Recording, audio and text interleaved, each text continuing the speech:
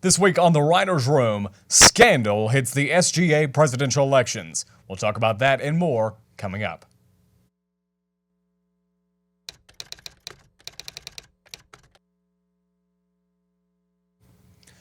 Welcome into O'Collie TV's The Writer Room. I'm Brody Myers, joined to my right by Drew Norton, and to my left by Tate Holcomb. And we're here to talk about the scandal that hit the SGA presidential election. So you've got Riley Pritzlaff and Madeline Dunn versus Adkins and Woodburn, a campaign finance late submission thing. To give you a rundown, I'll let them get into more of the details, but to give you a basic rundown, March 8th and 9th was the election.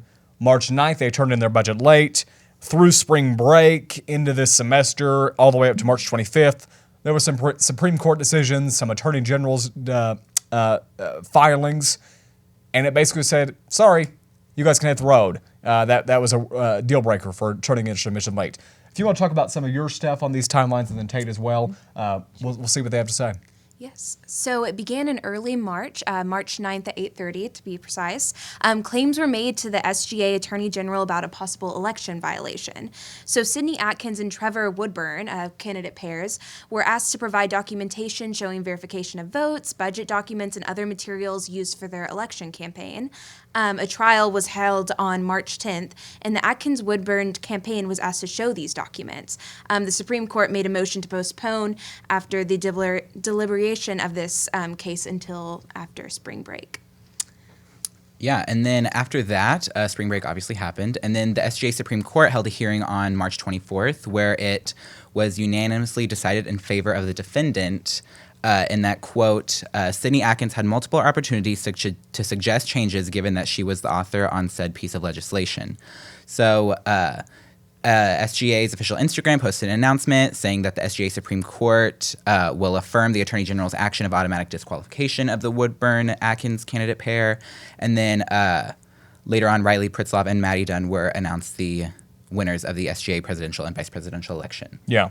And we honestly don't even know what the vote count was because these were the only two sets of candidates, correct? Correct. So theoretically, Woodburns and Atkins could have won 1,000 to 1, but Pritzlaff and Dunn are the president and the vice president of the student body. We'll come back and we'll hear what the Atkins-Woodburn team had to say about this whole debacle. This is the Writer's Room. We use the very best of the best ingredients. Demerara sugar is the best there is. Very high quality fruits, berries. The milk we use is the best milk there is. That's why it makes our product stand by itself. I like to make yogurt because I like to eat yogurt. We've been doing this for ourselves for many years because it's a tradition in our family. And we want to have a product which would be very similar to French yogurt, but with our touch of uniqueness, linking our name, our product, with the reputation of the Made in Oklahoma Coalition was probably the best thing we have done as far as promoting our product.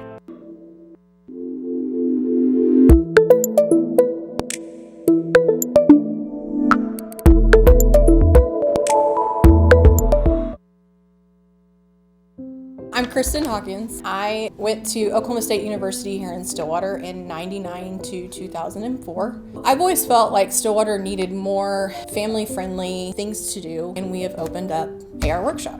We do everything from knitting blankets that can be done in a 3-hour class, and we create doormats and porch signs, the Christmas wreaths with our yarn that we use for the blankets. We also do, we just started a new project for gnomes, and we've done pumpkins during the fall. But our big thing that we do here are interior signs.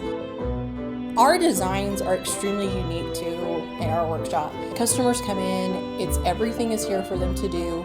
They create everything. They can be as hands-on as they want. They came in here to relax and have fun, and that they are proud of their project that they've made.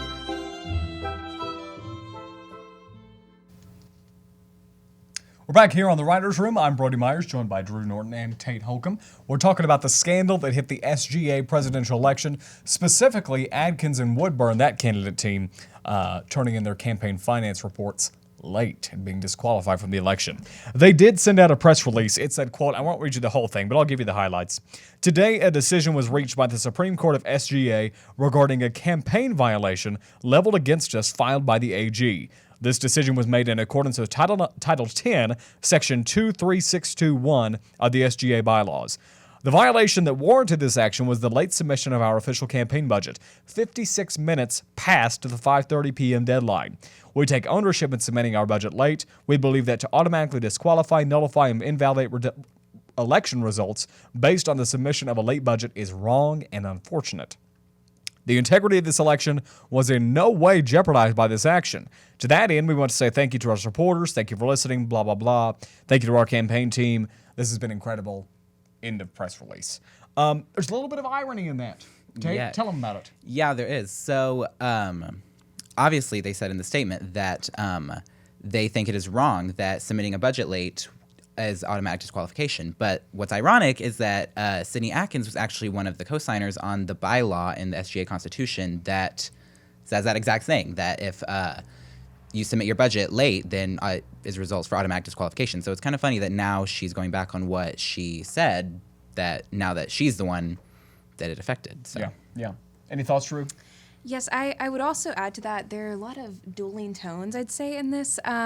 So, I mean, they think, obviously, they're supporters, but then they go around and say the integrity of this election was in no way jeopardized by this action. So I would say that's a bit of shade, maybe towards, the bylaw that was put in place, and maybe, I think that that's probably just... It was intentional. Yeah, it was intentional. Yeah. Well, we want to thank you at home for watching us. Thanks to Drew and Tate for joining us. And Riley Pritzloff and Madeline Dunn are the president and vice president of Student Body, and I'm sure we'll have coverage of them right here on the O'Colly. Good night, everybody.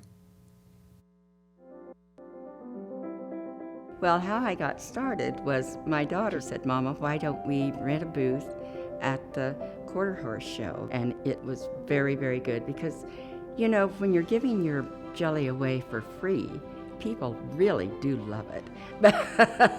But when you ask them to pay for it, then that's a true test. What makes my product so unique is the Scotch bonnet pepper. And the Scotch bonnet is the Jamaican pepper.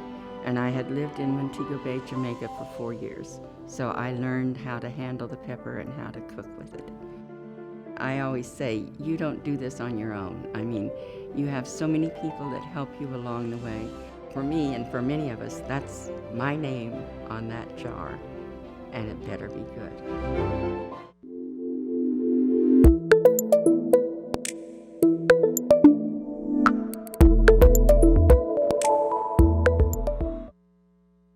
Over the years, we kind of realized that you can get ribs anywhere, you can get a steak anywhere, but you can't always get a Mountain View Hotlink like ours. So we really decided to focus on that niche and realized we had something really special. So that's when we started focusing more on the Hotlinks, but it's still the same family recipe they were making all those years ago. For us, many of our people that work here have been with us for years and decades. So whereas machines kind of break down over time, the people just get better. And it shows in the products we produce. When you buy a Mountain View product, not only is it going to taste dynamite, but you're also feeding Oklahomans. You're helping employ Oklahomans, and you're helping to fund the state's economy. So what's better than that?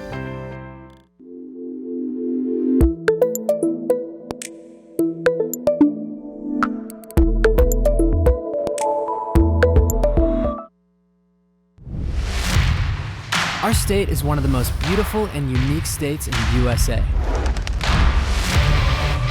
With diverse geographies, the historic Route 66, unforgettable restaurants, and some of the greatest people on the planet. With so much to see and so much to do, living in Oklahoma means one of the best vacation spots is right in our own backyard. Doesn't this story need to be told? As filmmakers and photographers based right here in Oklahoma, we thought so. And hey, who doesn't like a good road trip?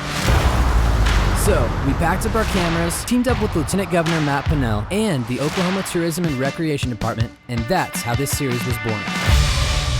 We want to show you why traveling within the great state of Oklahoma is a great idea. So come join us for thousands of miles over the next year, from Broken Bow to Black Mesa. This is the Oklahoma Road Trip,